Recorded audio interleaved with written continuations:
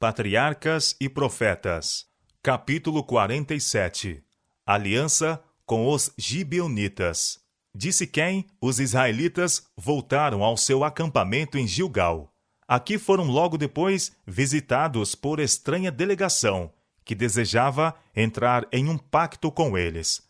Os embaixadores representavam ter vindo de um país distante, e isto parecia confirmar-se pela sua aparência. Suas vestes estavam velhas e gastas, remendadas as suas sandálias, bolorentas as suas provisões, e os couros que lhe serviam de odres de vinho achavam-se rotos e atados, como que apressadamente reparados em viagem. Em seu longínquo país, que diziam estar além das fronteiras da Palestina, declararam eles, seus patrícios ouviram falar nos prodígios que Deus operara pelo seu povo, e os enviaram para fazer uma aliança com Israel. Os hebreus haviam sido especialmente advertidos contra o fazerem qualquer liga com os idólatras de Canaã, e surgiu no espírito dos dirigentes dúvida quanto à veracidade das palavras dos estrangeiros. Porventura, habitais no meio de nós? Disseram. A isto, os embaixadores apenas replicaram: Nós somos teus servos. Mas quando Josué lhes perguntou diretamente: Quem sois vós?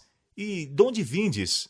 Reiteraram sua declaração anterior e acrescentaram como prova de sua sinceridade: Este nosso pão tomamos quente das nossas casas, para nossa provisão, no dia em que saímos para vir a vós, e ei-lo aqui, já seco e bolorento. E estes odres, que enchemos de vinho, eram novos, e ei-los aqui, já rotos. E estes nossos vestidos e nossos sapatos já se têm envelhecido, por causa do muito longo caminho.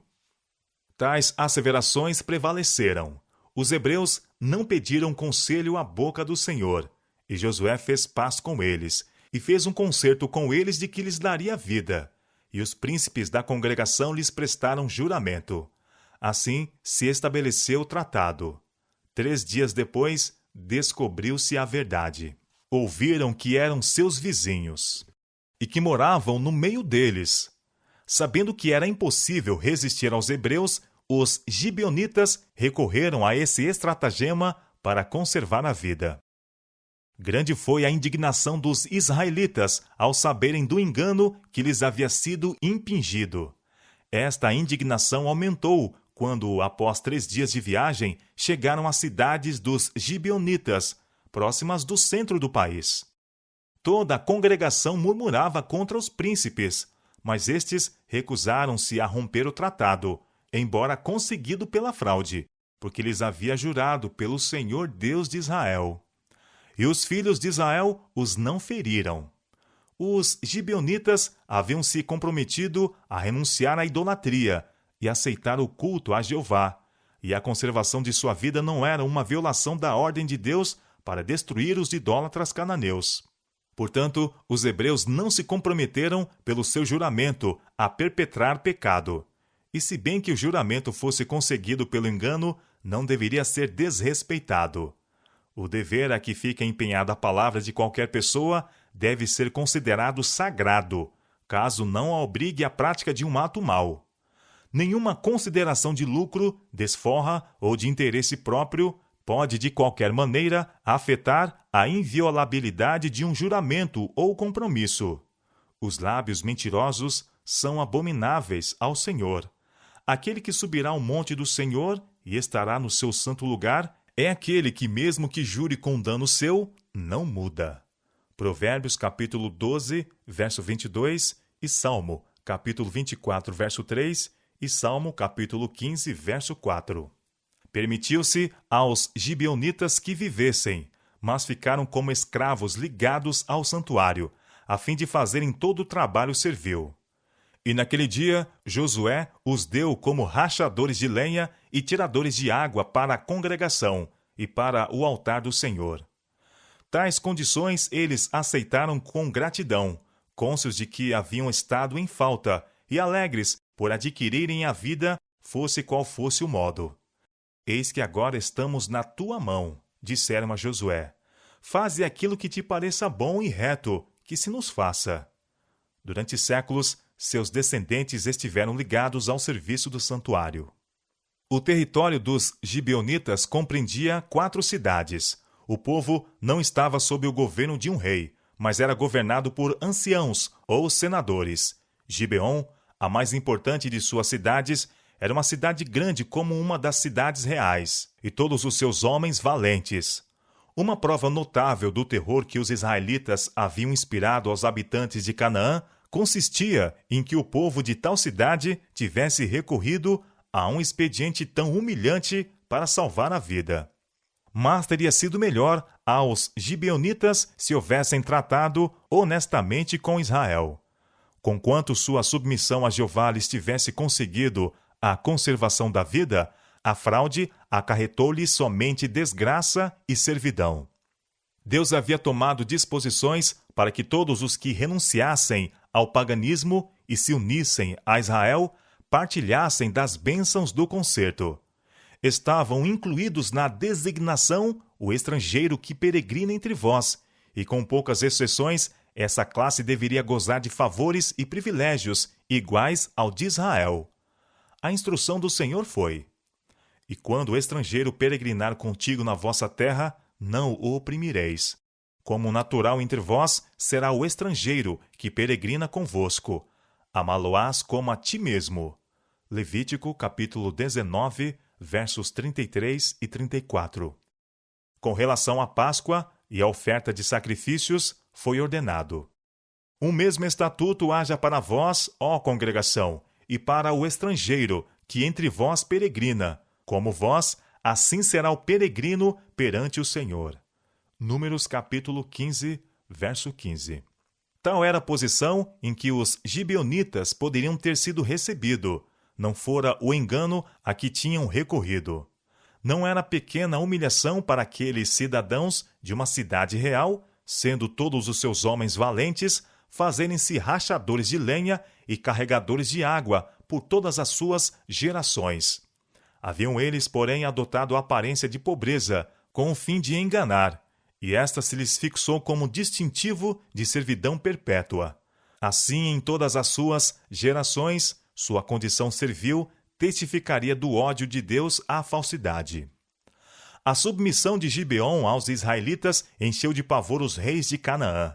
Deram-se imediatamente passos para tirar-se uma desforra daqueles que fizeram paz com os invasores.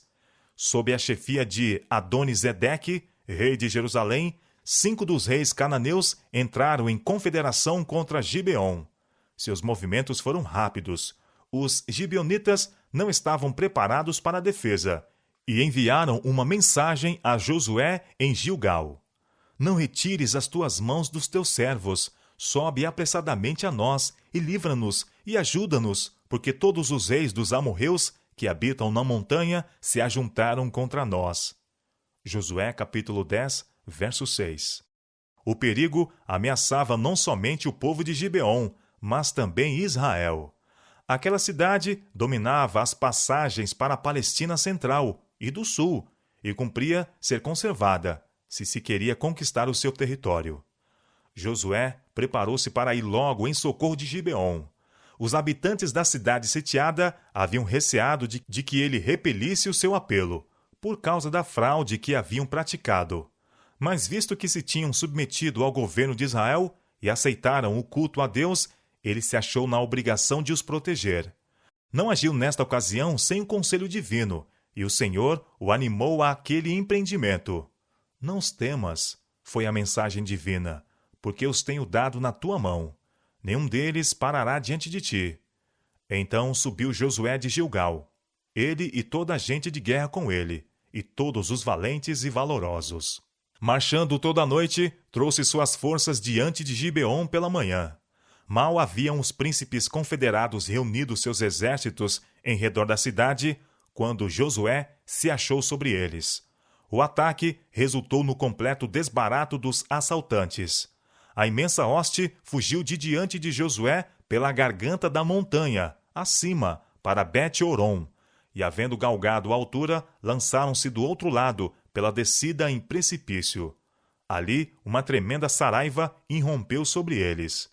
O Senhor lançou sobre eles do céu grandes pedras, e foram muitos mais os que morreram das pedras da saraiva do que o que os filhos de Israel mataram à espada. Enquanto os amorreus continuavam na fuga precipitada, no intuito de encontrar refúgio nas fortalezas das montanhas, Josué, olhando do alto, viu que o dia seria curto demais para a realização de sua obra. Se não fossem inteiramente derrotados os seus inimigos, de novo se arregimentariam e renovariam a luta. Então Josué falou ao Senhor, e disse aos olhos dos israelitas: Sol, detém-se em Gibeon, e tu, lua, no vale de Aijalon. E o sol se deteve, e a lua parou, até que o povo se vingou de seus inimigos. O sol, pois, se deteve no meio do céu, e não se apressou a pôr-se, quase um dia inteiro. Antes do cair da noite, a promessa de Deus a Josué fora cumprida. Toda a hoste do inimigo havia sido entregue em sua mão. Por longo tempo, deviam os eventos daquele dia ficar na memória de Israel. Não houve dia semelhante a este, nem antes, nem depois dele, ouvindo o Senhor assim a voz de um homem, porque o Senhor pelejava por Israel. O sol e a lua pararam nas suas moradas, andaram à luz das tuas flechas, ao resplendor do relâmpago da tua lança.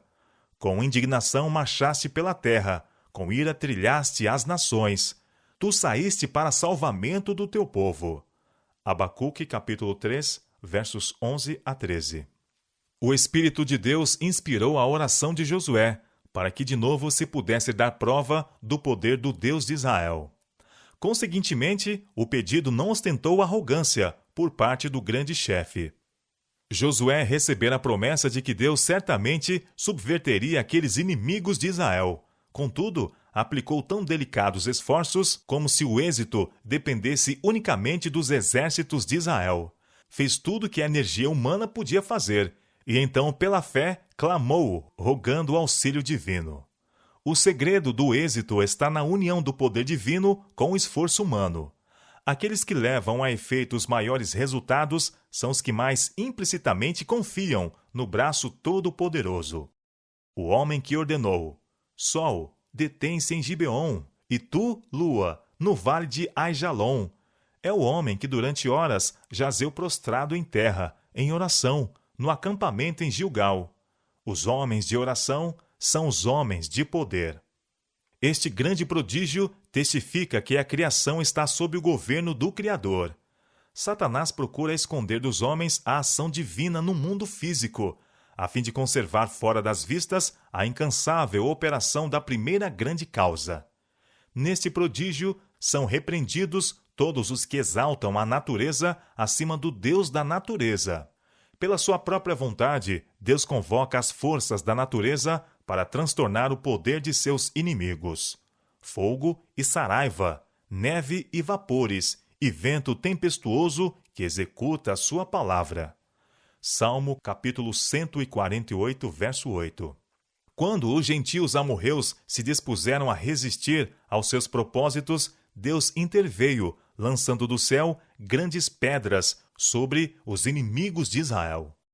Estamos informados de que uma maior batalha a ter lugar nas cenas finais da história da Terra, quando o Senhor abriu seu tesouro e tirou os instrumentos de sua indignação. Jeremias, capítulo 50, verso 25. Entraste tu, pergunta ele, até os tesouros da neve, e viste os tesouros da saraiva, que eu retenho até o tempo da angústia, até ao dia da peleja e da guerra? Jó, capítulo 38, versos 22 e 23. O revelador descreve a destruição que terá lugar quando a grande voz do templo do céu anunciar: Está feito. Diz ele: sobre os homens caiu do céu uma grande saraiva, pedras do peso de 1 talento. Apocalipse, capítulo 16, versos 17 e 21.